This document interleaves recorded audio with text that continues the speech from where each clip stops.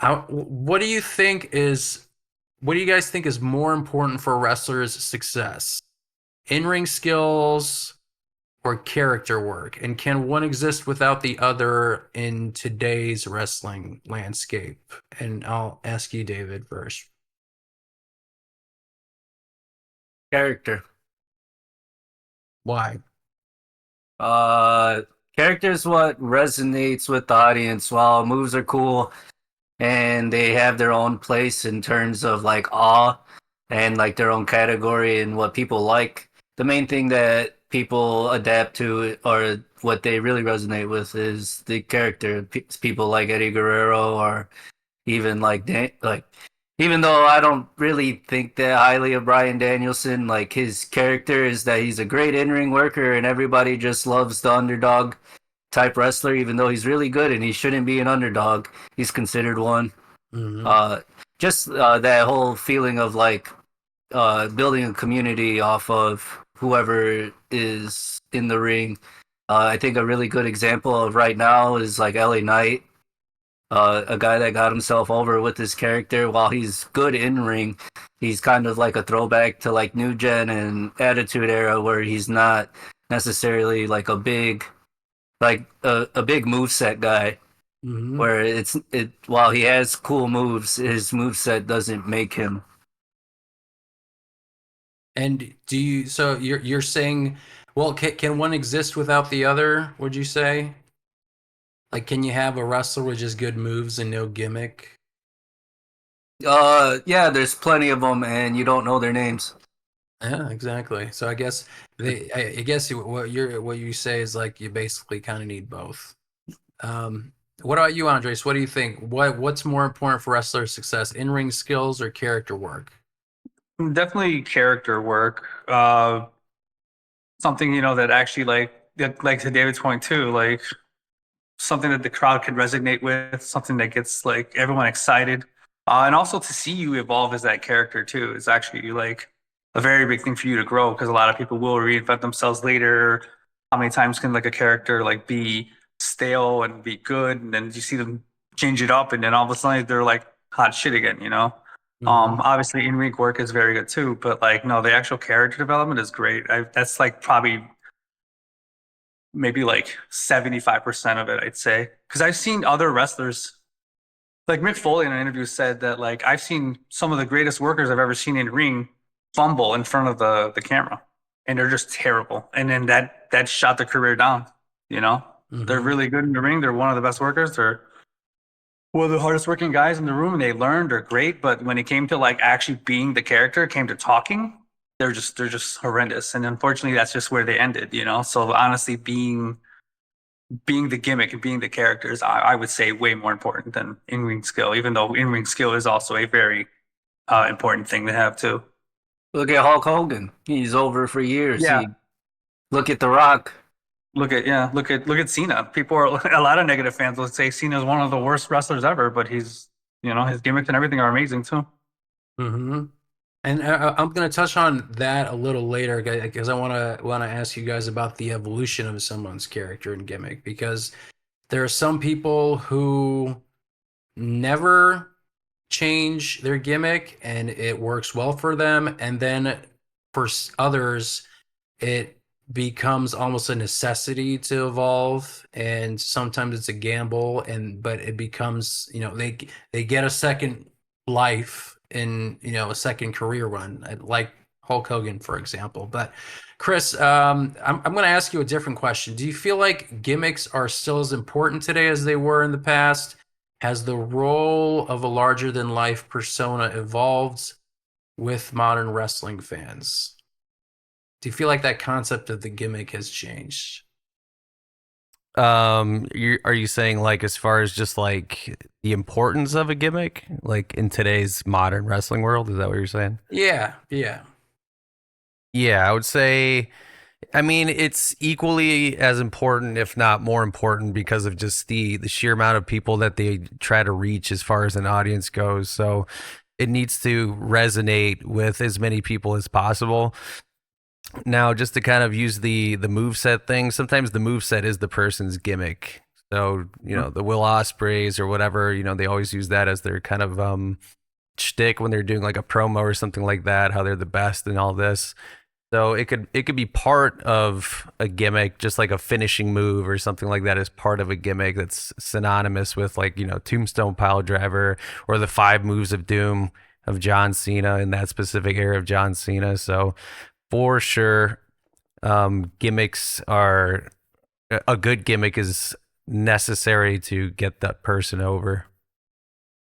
Do you feel like, cause like for me, I think when I'm looking at wrestling, I feel like every wrestler has, I feel like every wrestler has some kind of gimmick, even if it's not necessarily good. I'm trying to think like Ricochet, for example, like just as an example, I guess. I guess like if you just look at him, most people would say he doesn't have a gimmick, but I guess can if you describe him as like a high flying person, do you feel like that's a gimmick? Is that the same thing as like I mean I guess that's not really a character, right? I Is think it? that's more of a move set. Yeah. Like I'm trying to work it out in my head if like someone like a Ricochet has a gimmick, you know? His name is Ricochet. I mean, he bounces back and forth. I guess that could be considered a gimmick because you're high flying, bouncy person. Like Yeah. I guess you can consider I that would as a say gimmick. I'd say that is somewhat of a gimmick.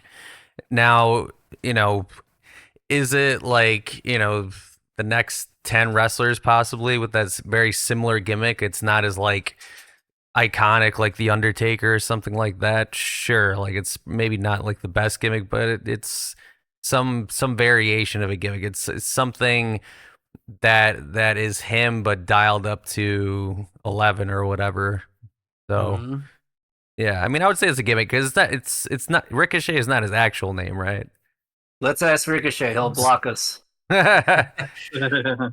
Well, I assume Oh, it's not his real name, so it's No. it's part of his gimmick He or got character. he got the name in the Indies. He couldn't think of a name, and someone was like, "Go, you bounce around." Right. yeah, Ricochet his name is actually Trevor Dean Mann with 2 N's. Yeah, pretty far away from from that. Kentucky. Oh, apparently he was born in Alton, Illinois. I don't know where that is. Close Oh enough shit. to Kentucky to just move to Kentucky. Yeah, it's on the Southwest. Mississippi River, basically. Yeah. So yeah, I mean, like like kind of what you said. I feel like that is a gimmick, but then basically what you're doing is that I can think of other people who have a similar gimmick, and then you're just basically uh, the same thing. Like you're not setting yourself sticking out from the rest of the crowd. You just kind of blend in with everybody else. So a gimmick it may be, but it's not something that sticks out. And like a character maybe, but it doesn't feel like your character, like your person. And I think that John Cena is also kind of like a good example. Like when he started as a prototype, that's technically a gimmick, but like you're basically like a creative wrestler. Like it's a character, but it's Yeah. not you. I would say it's not a Is that character. what I think you there's think a so? I think there's a distinction between character and gimmick. Because character would be more like The Undertaker or Kane or something like that with a bit more meat on the bone, I guess I would say, versus a gimmick is I mean you could essentially be like, well, this guy's a deranged lunatic or whatever and he's wearing like normal clothes, you know. They I guess you could argue that's character too, but in my head, a character is something that is a bit more, Thought out. more. Yeah, right, exactly. Like Thought out. Midian, I think is a gimmick. Like naked Midian is a gimmick. Wouldn't you say? Like he comes out, runs out Wow. naked. He's got a Forgot about fanny that. pack on his front. Like that's a gimmick, technically. Like that's his character. A Yeah. lot of He's times naked. when the Midian was having to do that, he was off acid. Really? He Or Yeah, was he yeah. would off just acid, or like he was start on acid. same thing. We do So, not promote I guess drugs. so. Yeah, I guess he could also be just having cold sweats, and he's in A lot of uh, shrooms. He does a lot yeah. of that. He's pretty cool. He's like, that's the only way I was able to do it, probably. Wrestling hippie. Get naked in front of 16,000 people. Um, But you know what? Speaking of, well, I'm gonna say that's a terrible gimmick, but gimmicks that are good and bad. What wrestling gimmick do you guys feel has stood the test of time and still resonates with people today? And why do you think it has such longevity? And I can start because they didn't answer. Well, I guess I was kind of answering the question while you guys were talking. But I mean, we already mentioned The Undertaker. I feel like the obvious ones, right? Undertaker, Stone Cold Steve Austin, Rey like Bret Mysterio, Rey Mysterio, Bret Hart. I mean, I guess his is excellence of execution. He's the hitman, you the know. shades, the jacket, Yeah, I mean, like that's like it's iconic. Like the There's a things you can look. point out. Yeah, there's a the look, there's a guitar, style. that guitar right in the beginning, his Yeah, drop. I mean the music too. I mean that's another thing that really Uh, helps, and Oh yeah. something that I feel like, you know, like in today's landscape. And thank God, apparently, Def Rebel is not being uh Big Mark, baby. renewed Yeah, bring him in their on. music contracts. I mean, like I don't know if they're what's his name, the one before Johnson. Jim Johnston. Yeah, I don't think he's gonna come back because he's like late 70s. There's no way they're gonna want somebody who's like a newer person, but they and I trust Triple H to like know like the kind of music that he feels like is necessary because he was a wrestler during that time. He understands what is good. Like he's also like a fan of metal and all that kind of stuff. So I feel like he should be smart enough to understand, you know, what wrestlers need and a producer who can help create that. You know, I don't think Jim Johnston is like the only person that can pull something off. So They need Motorhead yeah, or I mean Megadeth. yeah, like wrestling gimmicks that are good also need good music. But going back to that question, I guess David, what do you think? What gimmicks stood the test of time?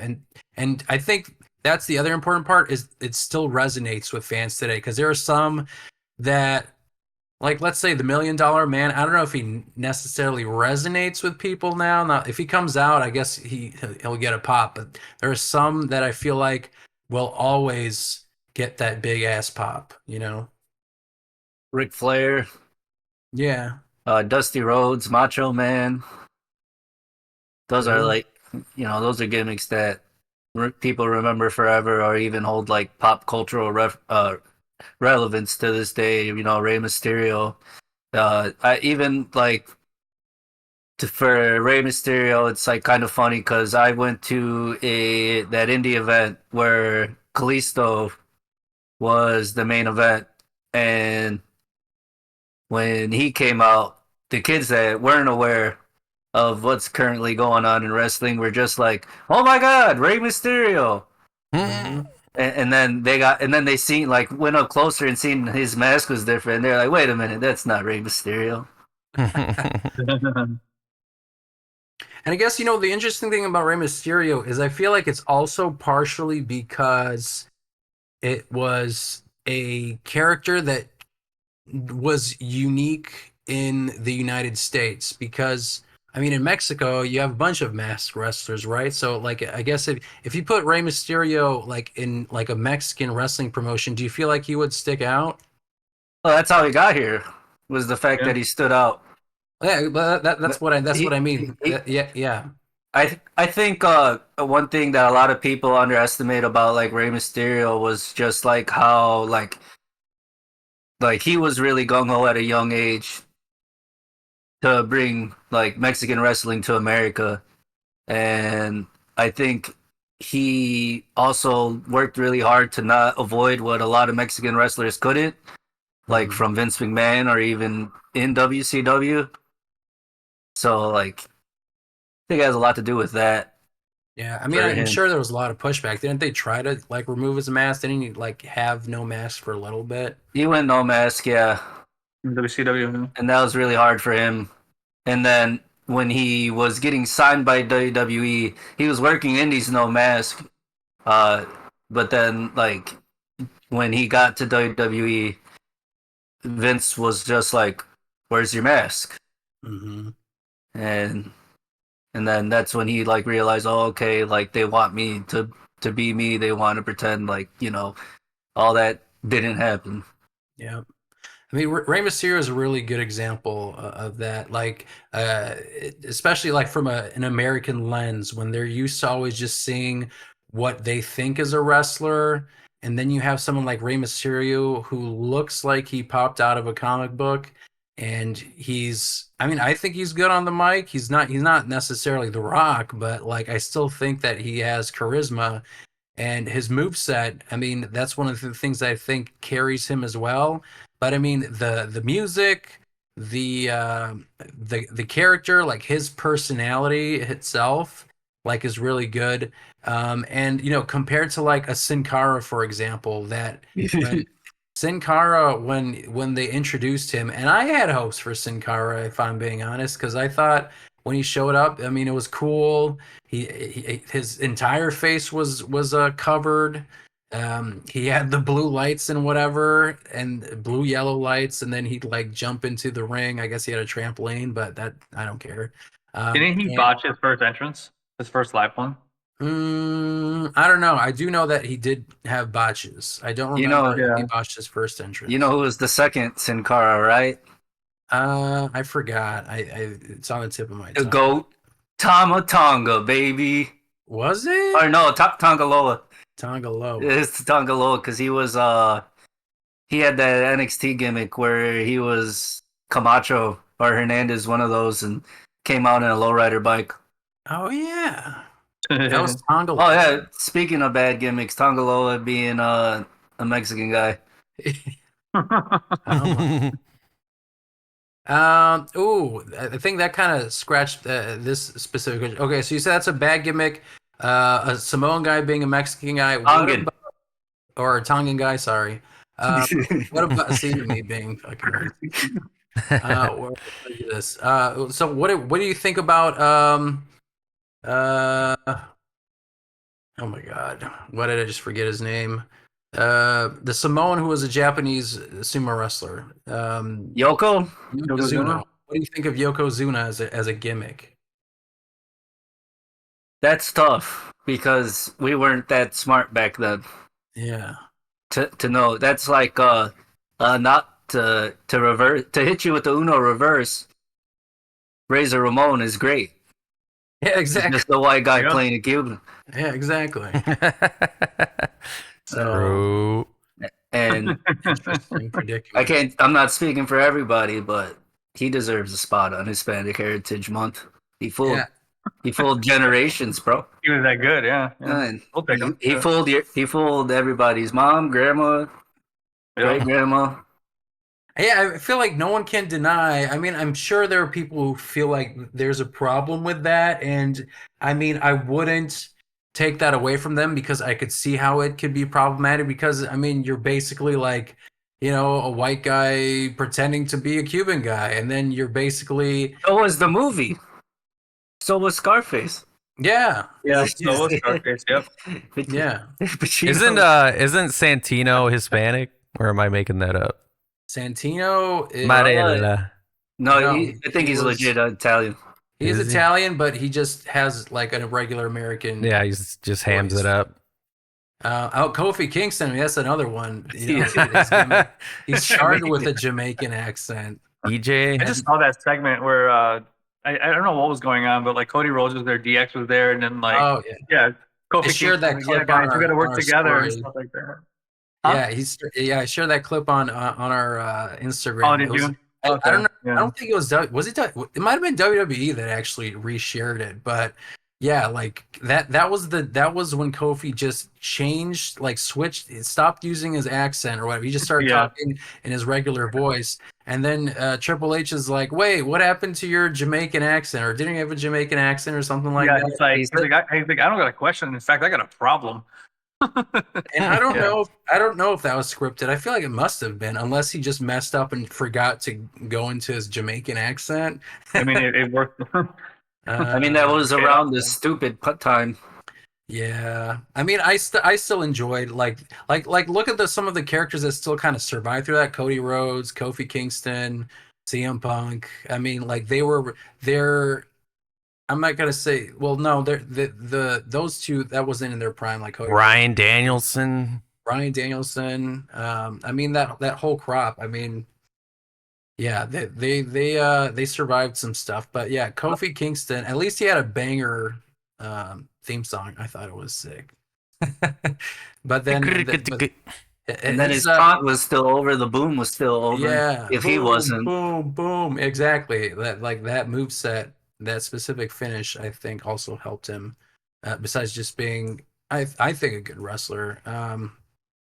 And charismatic. And again, like like it was 2009, and he's using like a fake Jamaican accent. I mean, a lot of it is like Vince McMahon's like creative vision at that point, but you know, sometimes it works and sometimes it doesn't. And I'm glad that he moved on into the new day. Was Kozlov actually Russian? That's a good question. I love double E. Yeah. Santino Marella was he just was an American. He wasn't like some guy from Milan. The Milan Miracle debuts in the crowd and then wins the IC title. Had me fooled for a second. Yeah, me too. I mean, I was a stupid teenager, but I thought that was cool. I mean, I think his character, like the absurdity when he turned it into like even more absurd. Well, I guess originally he was like supposed to be just like a straight up a-hole heel, and then he had the whole Beth Phoenix thing. I thought that was kind of funny. That was kind of like their take on like the China Eddie Guerrero kind of thing, because it's like a big tough female wrestler, and then you got like the smaller guy who's really cares about her and that, and then he moved into like the snake, the python, the snake, what do they Cobra. call it, the cobra, thank you, Jesus. None of The the Cobra. above. The gardener snake. The cobra, I mean, I thought that was genius. The It was green obviously sock. ludicrous, but I thought that was pretty funny. Obviously probably a Vince brain thing, but I chuckled at that.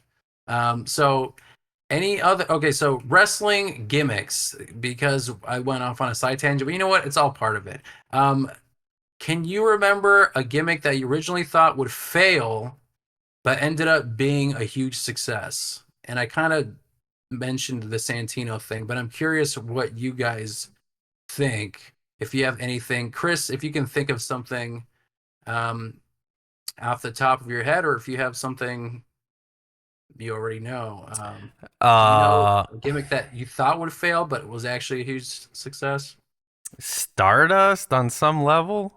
Like it was kind of over. It was goofy at first or whatever, but I personally it's a guilty pleasure of mine, the Stardust It thing. started Cody chants. Yeah. Yeah. Yep. I think what meant to be, I don't know if it was a punishment or whatever, but it definitely was like a gimmick that kind of went over in an organic way, I would say, with the fans. I wouldn't call it a huge success, though. I mean, didn't he have tag team titles? Or did they have tag team titles with Goldust? Yeah, but like it still felt. I mean, I guess depends on what you consider a huge success, because he was not winning the world championship with that gimmick. You know, like he was not going main event with Stardust. You know, if you compare his current run, like that's a huge success. Like you can't say like that is also. I mean, I guess relatively speaking, it's a success because he won gold. Right. If that's the measuring stick, but I don't know, the 24/7 title, a lot of people won that gold. That's true. So I don't know. New Day I could started kinda off see it. rocking. Yes, that's what I was gonna say. I when they first started off, like it was like a weird Baptist thing Inspired initially. Yeah, when they were doing like the vignettes before New Day came out and all that stuff. I mean, I thought it was also going to fail, because I was like, I don't know what we're doing with this. Where is this gonna go? And I don't know if this must have been Xavier Woods, Big E's, and Kofi's like idea about turning them into like what they enjoy doing, like the gaming stuff, just the goofiness of like their own personality just coming through, and like just their nerdiness persona, like the anime, the video games, all that kind of stuff really just kind of made them super popular. I mean, I couldn't imagine from what it initially started to what it was. That's a really good example. But I don't know how many of them are there. Andres, do you have one? Because I can't think of too many. I was thinking of like Brodus Clay, the Fungosaurus. Like I don't know. Like he had a pretty That good run. stinker? He had a WrestleMania moment. I think he won gold in the tag team partner when he was with who was it? Albert or what was his name? Former Uh, NWA champ. Prince Albert?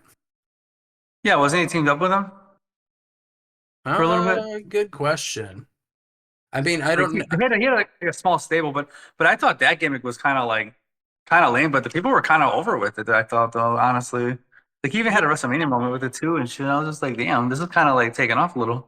Yeah, apparently some of the crowd was into it. I mean, I thought it was still a stinker because like when the vignettes, like he again, like it was like super serious, like I'm gonna kill you kind of vignettes, Mm-hmm. and then they debut him, and then it's like it felt like I was on acid because that's not what they were promoting. And then this dude comes out in like bright red pants, a fedora, like a ripaway jacket or whatever, and he's got like two dancers in like go-go boots, and you know one of them's Naomi, so that kind of worked out for her. Yeah, yeah. But I got one. yeah. I would say Tony Storm's iteration with the movie star stuff. At first, it's like, okay, movie gimmick. Like, we didn't know where it was going to kind of go. But if you just kind of let her cook, it was probably the best thing she's ever done. It's Yeah. still going. And it's Yeah, still yeah, going. still going. It's like literally the best thing I think she's done as far as Number one wrestler of overall the year. character work. I mean, in like modern age, like having this kind of just super, Yeah. She really embodied character. it, really, yeah. And then I they like- still keep up with the tradition of making her character in like in black and white filter, even just in regular photos and shit. Mm. Yeah. No, that's a good one. I didn't think Orange Cassidy would keep up this type of longevity. Yeah, Was that's fair to say. Because, I mean, AEW's kind of thrown Hail Marys at funny gimmicks like that with like him, Danhausen, Luigi Primo. That's true. Yo, where's Luigi I know. Primo at? I make good pizza. Hey, That's why he's not there. He's making pizza. What do you think of Tony D'Angelo's gimmick? The Don? Yeah, the Don. Perfect. Yeah, I mean, to on one to what like it honestly depends on the person because they've had those kinds of gimmicks before where it's like the I mean, stereotype for lack of a better word, I guess. Like you're Italian, you're a mafia boss kind of person. His font is like the Godfather type stuff. I remember the Greaser tag team, Deuce and Domino. Hey, Deuce and Domino. With Cherry. One of them's Damian Sandow. No way. I'm pretty sure. I think definitely looks like him. Oh, that's another one that reminds me of that I'll bring up in a second. But like with Deuce and Domino and Cherry, I actually thought they were over for a little bit. And they won the tag titles. 07, 08 time period on SmackDown. Yeah, it was like 07, 08, yeah. Yeah. Like it was a good gimmick, but I do think I guess it had like a short lifespan. But I like when they first debuted, I'm like, okay, like 1950s Gracers, it's like 2007, like what are you doing? But I mean I thought it was cool. Jimmy Wang Yang, baby. Yo, that's the same era, Jimmy Wang Yang. Yeah, exactly. He was kind of over, wasn't he? Intercontinental champ. I think he won a cruiserweight too. I mean, like, dude can go. Yeah, I mean, like he was. I think he was over to a certain degree. Paul Burchill had a really short stint. Like that's also kind of same era. He was the pirate for a bit, and then Yo, I he was all was about that shit. I loved him. yeah. But then they made like the incest like brother Oh, with what's her Thanks, face? Vince. Yeah, like he just had to make it weird. Yeah. I mean, I guess like that's another one. Like, I guess Vince just didn't think Paul Burchill as a pirate was cool enough. So, and What about Kizarny, do you remember Kizarny? He like lasted for like a month, maybe. Rosebuds. No, that's a Oh different. yeah, Yeah, Kazarnia. something wrote. Forgot the guy. Yeah, there were some that were like they really hyped that shit up, and then it just like deflated That was like a bad. balloon. That was really bad. I remember seeing his bus on the side of the Allstate. The Rosebud, the Yeah, the that Rosebud. timer? Yeah, Got Braun Strowman and Alexa Bliss out of that. Yeah. You're right. Oh, the one thing that I thought that I originally thought would fail, but was actually pretty entertaining was Damien Sandow being the Miz's like stunt double. I thought yeah, that that was was Yeah. pretty good. actually pretty entertaining. And I was Ms. like, Dow. Miz basically was like kind of like Johnny Cage type person at that point. I mean, I guess that was kind of his thing the whole time, but he's kind of It was molded it, and it was different because before it was like reality TV douchebag whatever, and then he turned into like a list or a Z-lister who thinks he's an A-lister. because he Which is had funny. filmed The Marine. Yes, the Marine 4 or something, if I'm mistaken. The Marine Straight to DVD. 6000.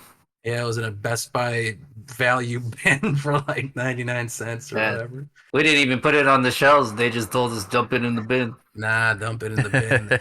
Like they had like a box of shit, and you're just like, woo, Yeah. just put it in the bin. Mixed in candy. there with Tybo. Yeah. Yeah. Tybo and like kids He said cartoons. Tybo. And Like Barbie he came out Barbie and said- DVDs and he Tybo. said, I'm George Clooney after that. Right after, yeah. That was wild. Billy Blanks, baby. Yeah. 3MB. They were kind of Oh, something. 3MB. Yeah, you know what? Yeah, because I did think that was a terrible gimmick, but they made it work to a certain degree because it was also still like you couldn't get past a certain ceiling. Like you were jobbers, but you were entertaining jobbers, I guess, and I guess that counts for something. Yo, where's Gender, bro? Gender, well, Is he not on Let me- contract anymore? Right? uh, He's been released. good question. He's in the Indies. Oh, He he's showed in the up. Indies? He showed up for Maple Leaf Pro Wrestling that I was watching. What was that, 2 weekends ago? He Yeah. showed up. He's shown up for like others, like House of Glory, Black Label Pro. He's done a couple GCW dates, Got to see him when he comes around again, if he does.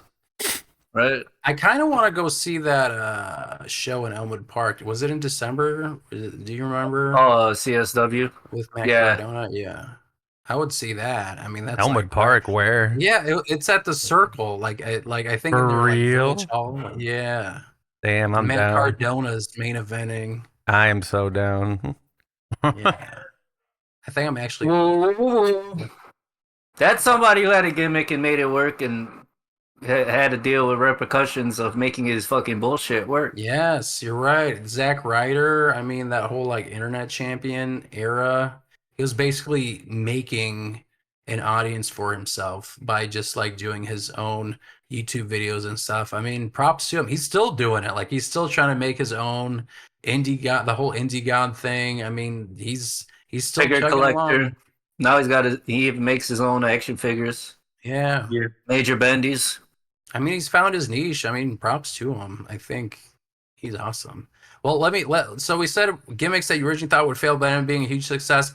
Let's go to the worst wrestling gimmicks. So, what's the worst gimmick you've ever seen, and why do you think it failed? Was it the concept, execution, the performer's ability to sell it? You can give me your responses for your reasons why it failed, but Chris, what do you think? What's the worst gimmick you've ever seen? Ever seen? I mean, yeah. I mean, in your eyes, I guess we have seen like Shockmaster clips. Like me personally, not like something I didn't really watch, right? Well, Or yeah, overall. yeah. Up to you. Whatever, however you feel like responding to that. Probably Eugene. Eugene's pretty bad. Eugene, that is Yeah, pretty bad. That was Eugene bad, was pretty bad. You know. yeah. I mean, it's funny. I guess it was I mean, funny. at the time, it was over. Like for a lot of people, like did people think it was bad at the time? I don't even remember. I just I remember remember, yeah. him vaguely on Raw, and saw him as like a SmackDown versus Raw character. You know, For like every two people that thought it was funny, four people found it extremely in the wrong direction. yeah. Right. I mean Jesus. that was wild. I remember like I think his that gimmick was like on the ass end, like on the way out, because like I remember he was still around when like the '06 DX came out. Yeah. He Yeah, was being attacked. Yeah. and then Yo, there was a mini game in at least the PSP versions of that of SVR where like you had to help him guide himself down the ring while he did the airplane thing, and he'd like fall over, and it was, like the whole point was to make sure he didn't fucking tip over. oh man. Yeah, And like his Titantron was like his name was written in crayons and his E was backwards. Yo, his I know. theme song didn't Yeah, had no yeah, business going that hard though. That yeah. His theme song song was a is banger. hard. he had that Andy font for Yeah. his name. Yeah. Dun, dun, dun, dun, dun, dun. Yeah. I mean, throw Durag Vince in there while we're at it. Yeah. Yeah, well, yeah. I mean, I consider that as a wrestling gimmick. Yeah, entertaining, like because of the absurdity, sure, but it was definitely one of the worst like gimmicks you can do. Like you're doing this on national television. You're the owner of the company, and you're like trying to speak like like One step forward, 10 steps back. yeah, and he's like, you know what? I'm the owner of the company. I can say the N word on TV. And was it on pay-per-view or was it like on actual like cable television? I don't remember. Are you Uh, talking about the one with the interaction with John Cena? That wasn't yeah, even like Durag then Vince. Booker T wasn't. Well, why was he saying it? What was the reason? There is no reason. I think it was just literally because Booker T was right there, Oh and my god! maybe because John Cena kind of had that rapper gimmick a little bit. I think that was like Chain Gang era John Oh Cena. Yeah, yeah. that Matt Hardy recently had said that like he used to rap in the back with John Cena sometimes, and like one day, like Vince was like, "Oh, you should rap too," and he wanted them to have like a rap battle and use words they prefer not to, Oh, and hell Matt was just like, "No." no. Good for him. Yeah, Matt was like, "I'm not doing that." Yeah, that's insane. Or you know what? With the Durag Vents, he was just doing stuff like "What up, Holmes? What up, G?" Yeah, That's what what up, G? He yeah, dap up like this. yeah. Man. Excuse Oh me my while I God. whip this Or out. he'd like, He's insane. and, That is a worst wrestling gimmick. Andres, can you think of a worst wrestling gimmick you've ever seen? Um, I wouldn't say one that I absolutely hated as a kid, but I actually appreciate him because he actually, as I got older, he stuck it out pretty well, and that was Disco Inferno. oh, Mm, everyone hates that guy. that's a Yeah, hot I take. hated it. I never like, but like as I got older, I'm like, you know what, man, he did his shit. He stuck it Yeah. out for a long while. He even got in the Wolf Pack at some point. I don't know why, but that's in Being WCW. friends with the boys. Yeah. Right? It was just like that was a gimmick I was not really sold over. So I Like thought that was Cody, kind of dumb. like Cody Rhodes told him while Cody was in the Indies. He said, What "I did don't he listen to." He said, "You've never sold a single ticket. You're just the benefit of being friends with the boys." Does somebody know who played the Kevin Nash Scott Hall knockoffs on WWF? Like in Wasn't the that Kane? Kane was Diesel. oh, was it? That's funny. Rick Brockner was the guy who played Scott Hall. I don't know what his actual wrestler name was, but I know that was his real name because when Scott Hall died, people were showing the fake Scott Hall and putting like R.I.P. Oh my god. I was like, what the fuck? They're like, you got the wrong Scott Hall. Yeah. What about you, But, David? What the worst wrestling gimmick you've ever seen? Fat chick thriller, Mike Awesome, Oh yeah. or that '70s Shit. guy, Mike Awesome. Oh my Yeah. god. And this is somebody that like for me, I actually got to watch Mike Awesome as a kid, with ECW, just because I grew up with a uncle that was a mark. So like he had ECW tapes and New Japan tapes and stuff like that, or All Japan, I should say, because he was in All Japan. But Mm-hmm. seeing someone like Mike Awesome like have matches with like Taz, RVD, people like that, and then coming out one day on Nitro in like a '70s suit or being a fat chick thriller, Yeah. it was a big contrast in change of like overall character. Like Mike Awesome was kind of like I want to say like a Gunther type heavyweight, and then Mhm. like he just like lost all his aura very very quickly. I'll I say forgot about that. for like I mean like I saw Attitude Era documentaries and I can't like I didn't watch it live personally, but I mean like the Beaver cleavage stuff, and he also had like a gimmick where he was like an abuser. I mean like that's just wild. Like Mm. if I had to personally like add stuff to the list, like I feel like that would be undeniably on the list of some of the worst gimmicks that they thought. It's a different era, but like I feel like even in that era it wasn't exactly taken reacted to great because I don't think they even lasted that long, did it? No, it's like I remember I remember my uncle's like just overall disgust because like he used to work nights, and I used to go to his room and just keep an eye on recording WCW while I watched WWF in the living room.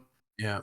And like I just remember like around Mike Awesome time, I'd probably seen him like once or twice, and then he was just like, "You don't have to record WCW anymore." Huh. The one and done. Like Did that. after around then, like one day it was just like we're not watching WCW anymore. I forgot about that though. That was really dumb. Yeah, I forgot about that. I do Yeah, remember seeing that too, like seeing that on Nitro. like Mike Awesome was like in a great place before he took WCW money. Yeah. There's another one. Oh, I guess gobbledygooker is an obvious one, like the chicken egg one. I mean, there was a whole list of people. I mean, I didn't watch it, but during like the mid '90s, I mean, I would consider terrible wrestling gimmicks. I will honestly say I don't like Hornswoggle as a wrestling gimmick. I just felt like anytime he had a segment, it really just kind of took me out of a lot of the things. Like he Do you was remember his first name? the bastard, little Little bastard, bastard. Yeah. little bastard. Mhm. Yeah. I mean, I guess like when he was like Finley's, like I don't know, was he a Leprechaun. son? Was he a leprechaun? I mean, I just thought Yeah, it that was a was leprechaun. wild. Like again, I'm like, I thought you guys left us behind in the mid '90s, and you're like bringing out a freaking leprechaun. I mean, not like that. Like that was like, I mean, that was also the same time Mexicans were coming out on tractors. yeah, that's true. I Yeah. mean, I guess wrestling, I guess, has peaks and valleys, but this was, yeah, peaks and valleys in Vince's brain. I'll say that because I don't think they bring that back unless the performers themselves want to, do something like that, but I doubt it. I doubt they would do something to that level. But yeah, I mean, like they did like the WLC stuff, and I don't know. I feel like he says that he liked the gimmicks and stuff, but I feel like to a certain degree, I mean, what is he gonna say? I just didn't like. There's another gimmick like doomed to fail was the Mexicals took three of the best cruiserweights in the world and made them idiots. Yep, that was another bad decision. Like Even super if they were crazy. good wrestlers. Super Crazy had a singles career in ECW. Like Juventud held his own in ECW. Like Psychosis held his own in ECW, WCW. Like, and then they just kind of like threw all that away. Like you could have had a cruiserweight division when it was already pretty strong. Yeah, I mean, they just made them look like chumps after WCW. That was Vince's thing, though. Take whoever was cool from there and ruin it. Yeah, I mean, like that was like the running joke. You always like same thing with like Karrion Kross, for example. And this is like a more recent one, but like he had a NXT. I mean, now right now, I feel like he's. I don't know if it's going anywhere, if it's gonna be successful, but at least it's like I guess more interesting than putting him in like a gladiator helmet or something and bondage gear. I don't know what he was thinking with that, but yeah, another bad idea. Do you Anybody see feel? Glacier Yeah. wrestling? What's that? Glacier? Yeah. I mean, Anyone see him I, actually I wrestle? remember I remember seeing it online, but I didn't witness Glacier. Although it's Yeah, kind it of was cool because it's like Sub-Zero.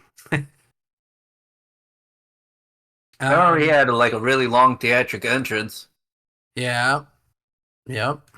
I mean, Mortal Kombat was really popular then, so I guess they did a lot of those kind of like taking advantage of the zeitgeist type stuff. Um, I mean, RoboCop, I guess, was just promotion, but they had like a Arachnaman that was supposed to look like Spider-Man. That was terrible. Like yellow up to here, and then purple all around. I think Marvel even gave him a cease and desist and didn't do Oh damn. Arachnaman anymore. Good. Um, let's see. All right, let's go to reinventions. And I'll try to wrap up. Honestly, I had like a whole bunch of questions, so this might be another podcast segment in the future. So I'll end on reinventions of characters. Um, so which wrestler's reinvention has impressed you guys the most, and what do you think makes their evolution so compelling?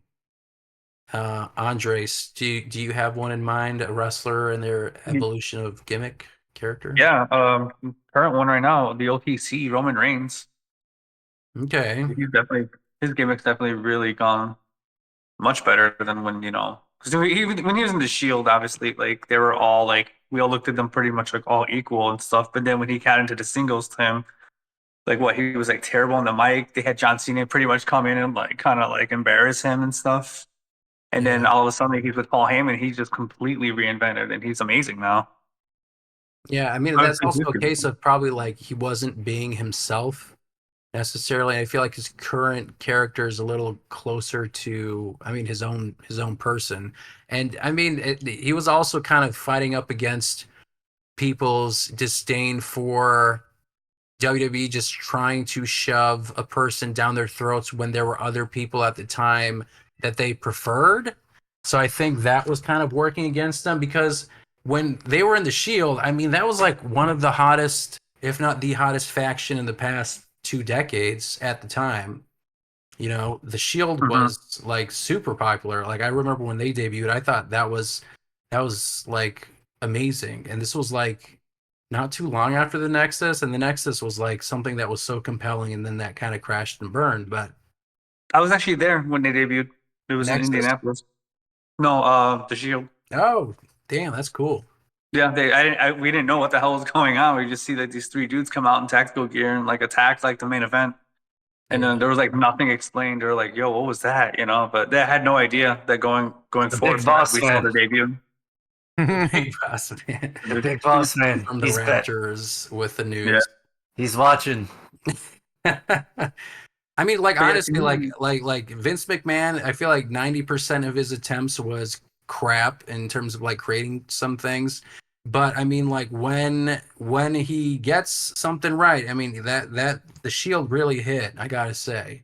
And oh it yeah. made all three of them like superstars. Like all three of them went on to be multiple time champions. And they all evolved after the Shield. I think they had one or two reunions, like very briefly. hmm But yeah, I mean, like all three of them evolved into their own character. This cat doesn't know what she wants. Um, Chris, what about you? What do you think in terms of wrestler reinventions? Who has impressed you the most? I mean, Chris Jericho, just by the sheer number of reinventions he's done. You know Yep. what I mean? The Learning Tree, I the mean, yeah, Ocho, yeah, Painmaker. the list of like the wrestling moves he did in WCW, I feel like he could do that with all his like mottos and sayings now, like all the things that he's created. You got to give him that, right? I mean, even if it's like, I don't think any of his gimmicks were even like they were over even somewhat. You know what I mean? Like every single one had a little bit of a hint of, like he had some kind of a belt strapped to him or whatever. Now he's Ring of Honor. Is he Ring of Honor world champ right now? Yep. Yeah, exactly. So I mean, like, what can you say? Good for him. Works for him, brother. The Nueve, baby. Yeah, no, it's the Nueve. Is he saying that too, or He no? will.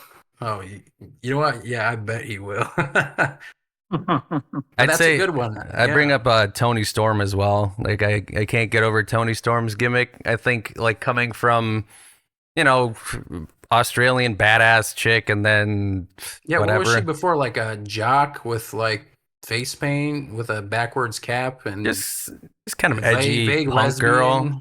Uh, Yeah. Just edgy punk girl. And then they did the Outcast stuff and then yeah. Then it just complete 180. Throw in a Hollywood Hulk in there. Wood. that's one of the biggest, most successful, I think, wrestling evolutions. It's just him going from face to heel. I mean, yeah, it's like, Mickey Mouse becoming Hitler or something. I don't know. Like that's insane. 'Cause, like, can you imagine like growing up and Yeah, the mouse is behind all the. you know what? Some people might say he is Hitler, so maybe that's a bad comparison. But I think it's the guy that drew him. It's okay. that's true. But yeah, just imagine like if you grew up in the 80s, like you're a child in the 80s, and then like this tall 6, almost 7 foot man with like yellow tights, like comic book character looking guy telling you to take your vitamins and all that. And then he's just being like, screw you, I did it for the money, brother. And then he leg drops, his friend. And then, yeah, and then all the trash gets rained down on him. That's a wild turn and lightning in a bottle. So that's definitely one of the ones that I remember seeing. And then, even I guess the switch back, which isn't, I don't know if it's an evolution, but I guess it's a return to a previous gimmick that also still worked. Because sometimes some people go back to their old gimmick and it doesn't necessarily work. It might give you a little nostalgia hit, but that's it. Mr. David, what America. about? Yeah, well, that was not. I think that was just a joke because of the whole. I think Vince banned him or whatever, but he didn't ban Mr. America. I mean, that was a ridiculous segment too. He took a lie detector. The lie detector? No, Yeah. brother. I'm not Mr. America. Or I'm not Hulk Hogan. Wild shit. Some dude in the back of the sound effects booth just hitting that button. Man. All right, okay, David, what about you? What do you think? Wrestler and reinventions, who has impressed you the most? Cody Rhodes. Yep. He had a shitty gimmick One. that was so bad that he quit his job and Yep. he went and wrestled everybody that wasn't under WWE's roof, like people like Kurt Angle and any other indie darling at the time, and changed everything for himself as well as a whole generation of wrestlers.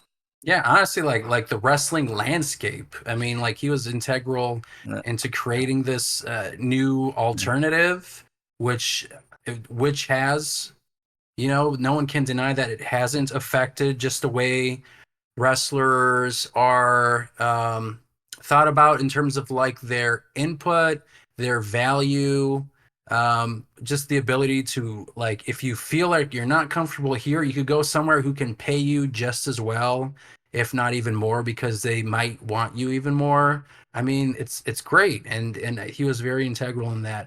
I mean, I He's don't also know. Yeah.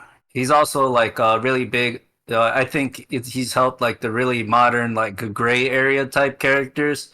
Hmm. Because like one thing that like a big thing with him in Bullet Club was like he was a bad guy. Bullet Club's obviously a bad guy or like a bad faction, and there that's kind of where like all the melodrama that always happens with like the elite kind of came from, Hmm. where it's like oh these bad guys are fighting like who's really a bad guy, things like that. Did you feel like when he, I mean, so the American Nightmare was, that A was heel, already like in his indie career, right? Like he was the yeah, American Nightmare. and that was a heel. I mean, I don't remember him. I remember him doing things on the indie scene, but I wasn't listening, like paying attention too closely. I wasn't sure if you had an opinion on whether you thought the American Nightmare gimmick was gonna work. If you felt like that was, I thought it was cool from the go.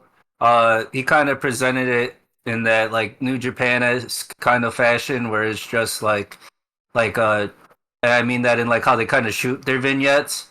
hmm. Like if you ever seen like when Jericho challenged Omega, like that kind of like overall cinematography where it's like you're presenting something that everybody knows, but it's new. Hmm. A lot of cool shots on like just like his house, you know, his suits, and like that was kind of like his whole thing was that like the American Nightmare, like to me that's kind of like Geese Howard from King of Fighters, Hmm.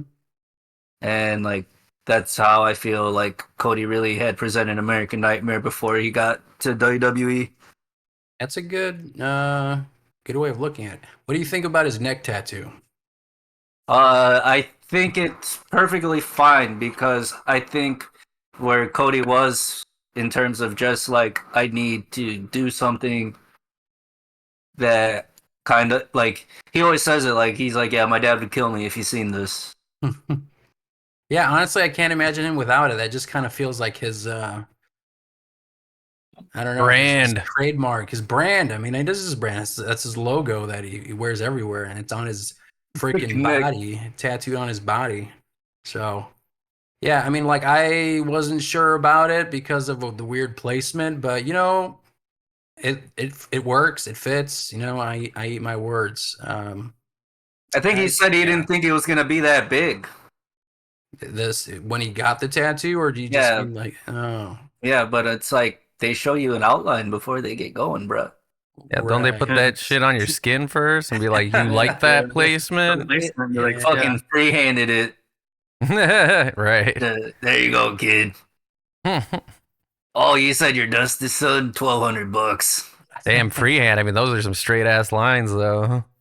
That'd be crazy. $2,500. All right. Well, that's a wrap for this episode of the Chi-Town Shoot Wrestling Podcast. Please don't forget to like, subscribe, rate us, and leave your feedback. Tune in next time for more wrestling madness. Until then, keep marking out.